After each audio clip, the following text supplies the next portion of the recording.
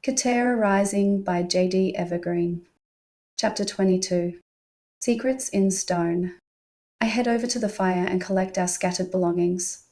Amongst them I find a stretched, dried hide with a picture of my face burnt on it and the number 1408 scribbled under the words, "Reward 10,000 gold coins." The face staring back at me isn't just a drawing. It's me. Every detail, down to the scar that splits through my eyebrow, is perfect. My breath comes faster. They know what I look like. They know what to watch for. My fingers trace the old scar as if I could erase it, as if I could make the person in the picture someone else. I hand it to Lexa, who inspects the grimy leather. Well, at least we know how they figured out who you were. I nod and toss the leather into the fire and watch as the dying embers slowly consume the words and the illustration of me. I crinkle my nose as the sour smell reaches me. Lexa straps her belongings back to her belt. This will make traveling more difficult. 10,000 gold pieces will be tempting for most creatures. She approaches me and inspects my features. We could change how you look a little. I gape at her. How? Lexa indicates the fire. The picture shows you with very long brown hair. We could use charcoal to dye it black. I reach up to touch my hair. Do you think it will make much of a difference? Lexa bites her lip and studies my face. I think it will make enough of a difference so that people who aren't specifically after you will not realize. I take a deep breath and move to the other side of the fire, away from the dead goblins. Let's collect our stuff and head out of here. Whoever was coming here to get me may arrive at any moment. Lexa nods, and we gather our things, and Lexa drops one end of a torch in the fire. Okay, let's go. Wearily, we sidestep the dead bodies and the puddles of sticky yellow blood that ooze from them as we head for the cave exit. We enter the cavern, and I notice the bug things that had dragged us here lashed to a large stalagmite, the heavy rope cut brutally into the flesh around the creatures' necks. I draw my sword and walk over to them. I am going to set you free. Don't use your sleeping gas on me, okay? I slide my sword through the ropes binding them. The bug's glittery eyes focus on me for a minute, and slowly it nudges its large head against my body. Awkwardly, I pat the top of its fuzzy head. It's okay, little buddy. You're welcome. The creatures slowly back away, and together they skitter into the stunted trees and out of sight. Lexa comes to stand beside me. I think you made a friend. I give her a weak smile. I hope they have better luck than they have had in the past. Together we walk down the hill and away from the carnage of the cave behind us. Lexa indicates a worn path leading to the cave. Anyone heading here will likely follow that path. We should move into the trees and try to find cover to make alterations to your appearance. I eye the worn path as we step away from it and into the sparse trees. If we lose this path, how will we find the others? Lexa glances back at me as she moves aside to avoid a ring of mushrooms. It is far more likely our attempts at finding them would only prolong the search. The goblins made no effort to cover their tracks, and Melissa will make quick work of them. It would be prudent to alter your appearance sooner rather than later. We have time now, and so we will use it. I never thought it possible to temporarily alter a person's appearance without magic. My eyes flick up to watch Lexa's back as she dodges a tree. I have certainly experienced more things since leaving the compound than I thought I ever would. Lexa leads us around a large rock. I think here is a good place. This rock should shield the fire from the view of the road, and we are far enough away that we will not be heard. I nod, and together we start gathering fallen bark from the beluga trees for the fire. Lexa uses a small, sturdy stick to dig a hole. She places the largest of our branches inside it and packs the hole so the small log stands on its own. Slowly, Lexa leans the other branches alongside it. She piles them from thickest to thinnest, working outwards, stuffing dried leaves and gaps as she goes. We mix beluga water with dirt and apply the mud to the outside of the mound until all but 9 holes are filled, 8 at the bottom and 1 at the top in the center. Lexa sits back on her heels and washes her hands with the water flowing from a punctured beluga tree. Usually when we make charcoal, She says, we make it on a much larger scale than this. but we only need enough to keep your hair dye. We will have to make more when we run out. She gestures over to the mud pile. Fear of the shortfalls of charcoal is that it is not easily transported, and unless it is properly cared for, it will become useless. Lexa explains as she shakes her hands dry. She returns to the small mound and carefully lights a fire at the top of the hole and uses small amounts of beluga leaves to keep it going. It isn't long before the furnace is blazing and kicking out a surprising amount of heat. Lexa sits back and rubs her shoulder. This will take a few hours to make and cool. We will probably be here for the night. My stomach rumbles and Lexa chuckles. I guess we should try to find some food. I look up at the beluga trees. Maybe we can find more of those seeds? Lexa climbs to her feet and holds her hand out for me. We won't know unless we look. A short while later, we return to the furnace with a beluga seed, a cluster of cavern mushrooms, and a medium-sized lizard Lexa had caught. I set about building another fire, this time for cooking. Lexa heads over to check on the furnace. She plugs each of the holes with mud. Lexa washes her hands as I set a large flat rock on our small cooking fire. The furnace fire would just obliterate anything we tried to cook on it. I turn to Lexa. Why did you cover the holes with mud? Lexa wipes her face with the back of her hand and leaves a small streak of mud across her cheek. We need the fire to starve so the charcoal is not compromised, she says. We should be able to retrieve it in the next few hours. I smile at her and lean forward to wipe the streak of mud off her face with my thumb. How sure are you that it will change the color of my hair? Lexa seems lost for a moment before replying. I have never used it on hair, but I have seen charcoal used many times to change the color of clothing and as paint. I believe as long as you don't get your hair wet, it should take at least a few days to come out. I take my knife and begin scooping the meat from the beluga seed and placing it on the hot rock. It comes out in small, uneven chunks. I can't help but feel Lucas had made it look much simpler than this, but I persist, and the meat sizzles pleasantly with each addition of white flesh. Lexa expertly prepares the lizard and slowly roasts the mushrooms in the fire alongside it. Before long, we are both enjoying a pleasant, if quiet, meal. I finish the last of my food and set down the rock I had been using as a plate. It feels weird without the others here. It seems I have also grown accustomed to traveling in a large group and all the noise that brings. Lexa agrees as she too sets down her makeshift plate. Do you think the others are okay? I ask. Lexa looks at me. I am sure they are. Each of them is extremely capable, and together there is much they can overcome. I hold my hands out to the fire. I suppose they weren't kidnapped by goblins. That is true. Lexa replies as she places a wide piece of bark into the fire and sits back on her heels. I pull my hair free from its tie and attach it to my wrist. Do you think all this will help prevent others from identifying me so quickly? Lexa's eyes linger on the freshly freed hair and pokes the fire with a short stick. You have some distinctive features that will be difficult to hide from bounty hunters, but this should stop regular creatures and humans from recognizing you. I eye the furnace. Surely changing the color of my hair will not be enough? Lexa shakes her head. Probably not. You tend to wear your hair in a high tail. Even the representation of you showed that.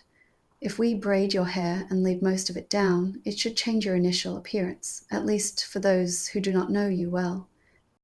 We settle into silence and mostly I just watch the fire crackle.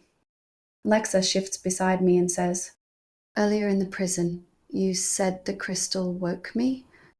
I lift my hand to where the necklace is hidden in its secret pocket.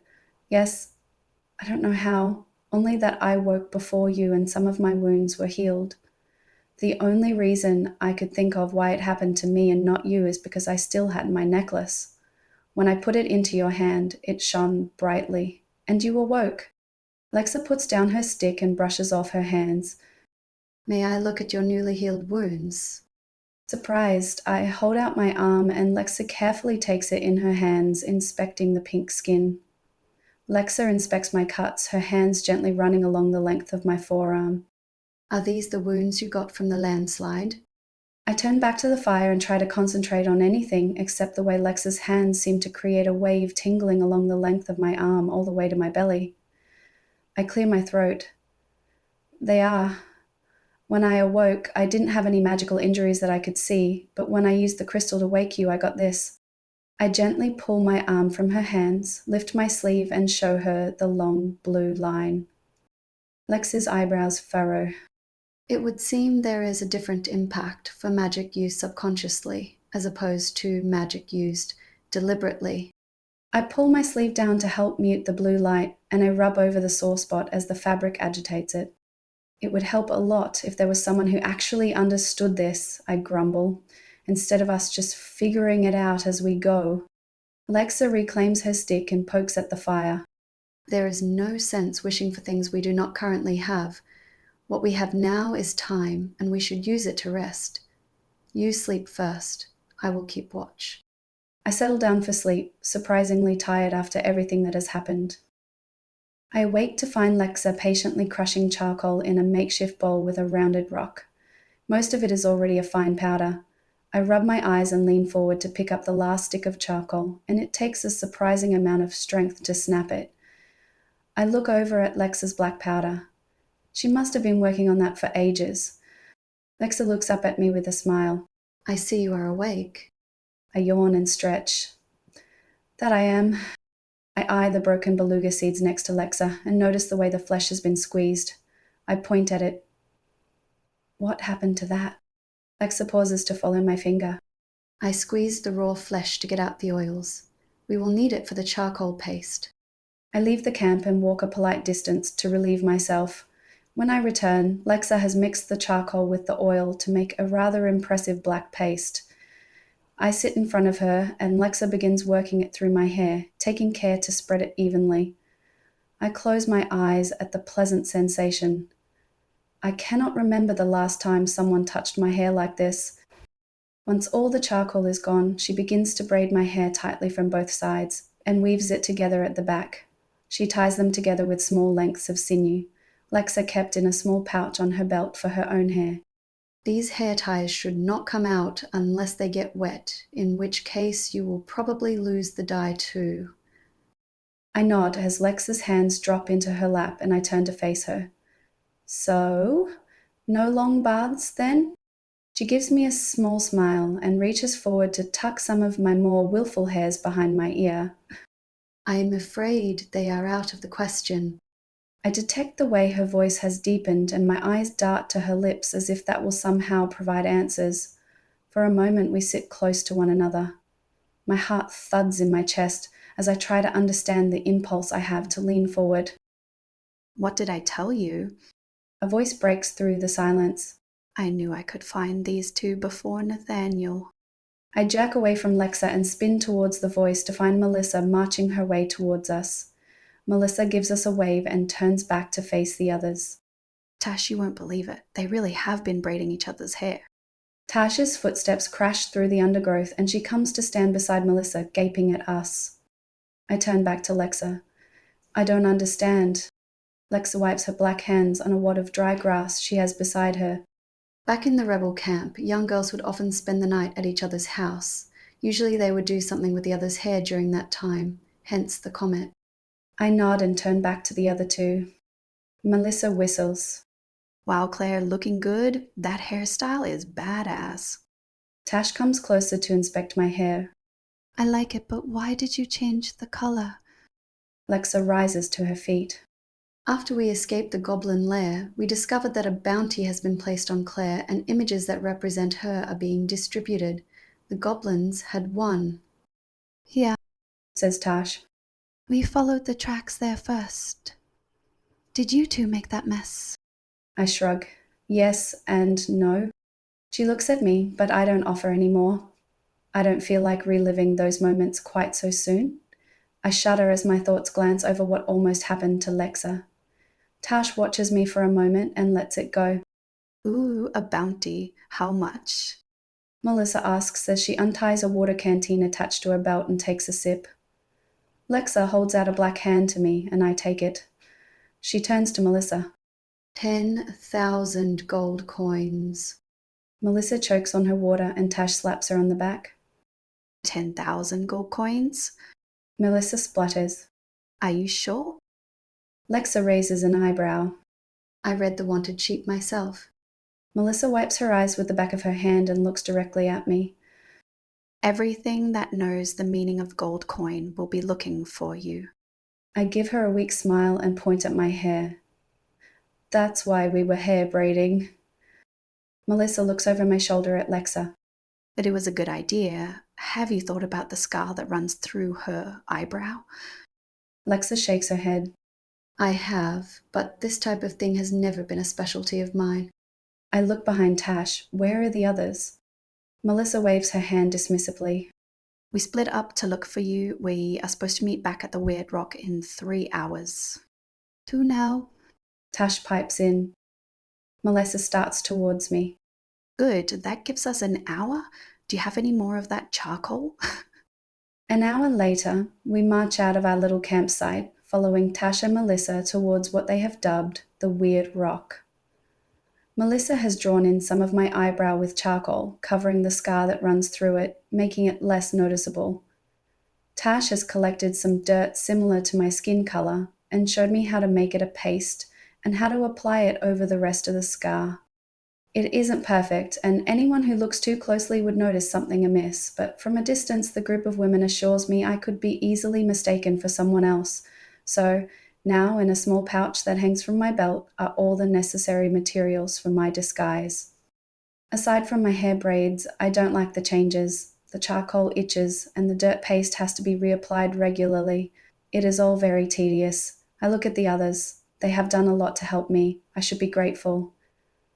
I walk behind the group and pull the necklace from the pocket in my pants, twirling it in my fingers as Melissa fills Lexa in on everything she has missed during our forced separation. I hadn't had a chance to tell Lexa what the goblin said about the magic of the cavern failing. I am not sure if I believe it myself.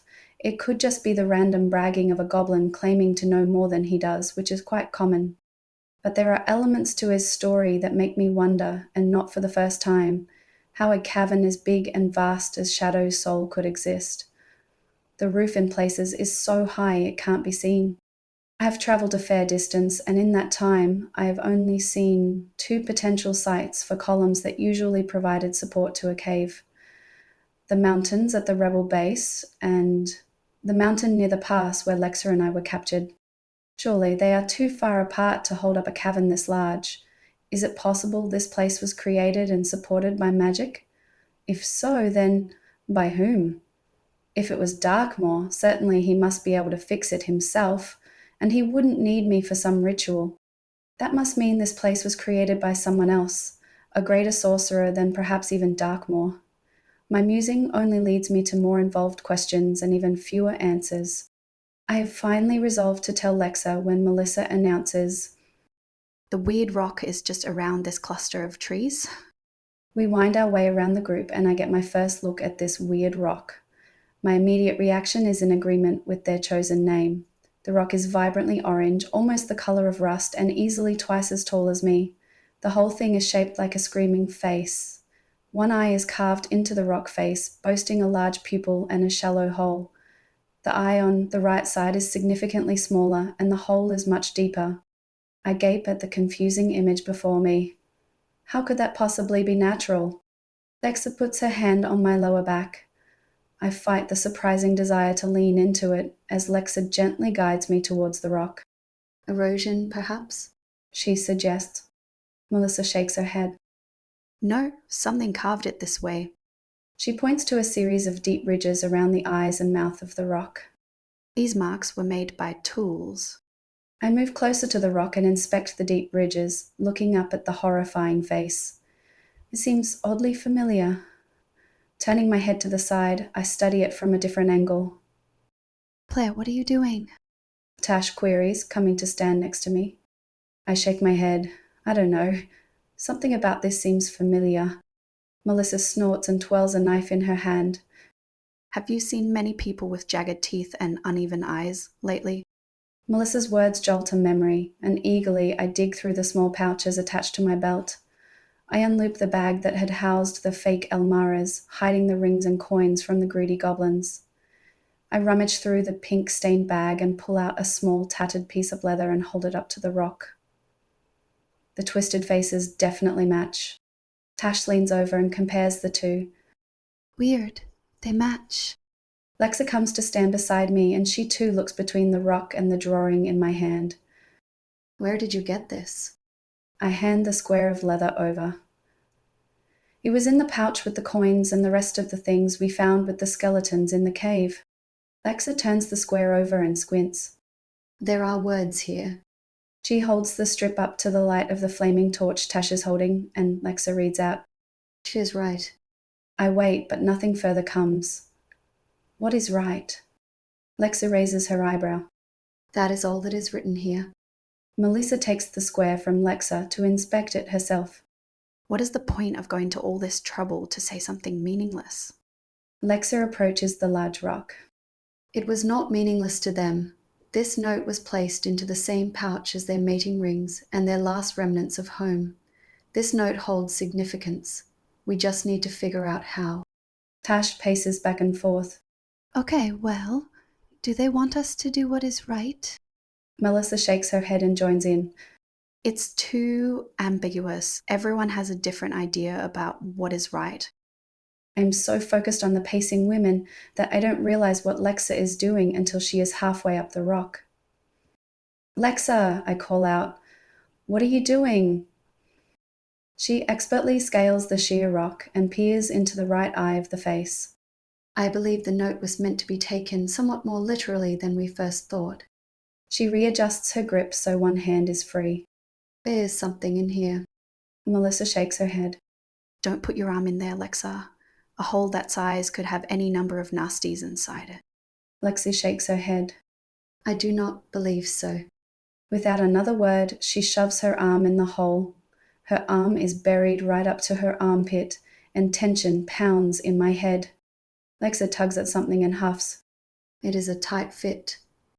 After a few more moments of struggling, Lexa manages to work her arm and a small wooden box free from the hole. She easily scales back down the rock and jumps the last few meters. A wooden box clutched in her hand. Intricate carvings twirl across the surface. Lexa holds the item out for everyone to see. Slowly, I take it from her hand and turn it in my fingers. There is a line across the surface and the suggestion of hinges. I attempt to open the little box, but the lid holds fast. When it doesn't budge, I take a closer look. There is something written here. May I look? Lexa asks. I nod and hand her back the box. Lexa peers at the writing. When 6 become 1, I come undone. Melissa's eyes widen. How do you make 6 become 1? By killing 5. Nathaniel's deep voice rumbles from behind us. Tash jumps. Give us some warning instead of sneaking up on us like that. Nathaniel's cheeks darken slightly, and he gives a slight nod. Lexa tucks the box into one of her pouches. Surely the meaning is not one as crude as that. Nathaniel shrugs. That's the only way I can think to make 6 into 1. Lucas comes to stand beside me and pushes his glasses up his nose. It looks like you found the missing portion of our party. Melissa nods with pride. Without your help, I might add. Nathaniel's eyes narrow. We found an illegal traitor. He grins and adds, Without your help, I might add. And that, my friends, is how you go from wanted fugitive to stealth expert, with nothing but a little creativity, some questionable hair dye, and of course, a well-timed rescue. Now, will Claire's new look be enough to keep bounty hunters off her trail, or will the 10,000 gold prove too tempting? And seriously, who carved that screaming rock face? So many questions, and the answers are just getting started. Make sure you hit that like button if you enjoyed this chapter, subscribe so you don't miss the next one, and ring that notification bell. New chapters drop every Monday, Wednesday, and Friday. And here's a fun question for you. If you had to go into hiding, what disguise would you choose?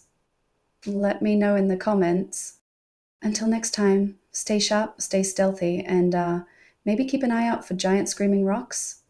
See you in the next chapter.